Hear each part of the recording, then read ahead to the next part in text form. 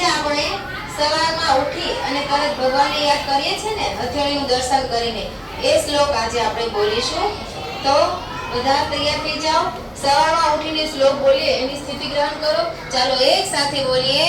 કરાગ્રે વસતે લક્ષ્મી, કરમૂલે સરસ્વતી, કર્મકે તુ ગોવિંદા, પ્રભાતે કરદર્શનમ, સમુદ્ર વસને દેવી, પર્વતસ્તનમંડલે, વિષ્ણુપત્ની નમસ્તુભ્યં, પાદસ્પર્શં ક્ષમસ્વ મે, વસુદેવ વસુધાં દેવા, પંચચાણૂરમર્દનં, દેવકી પરમાનંદં, કૃષ્ણં વંદે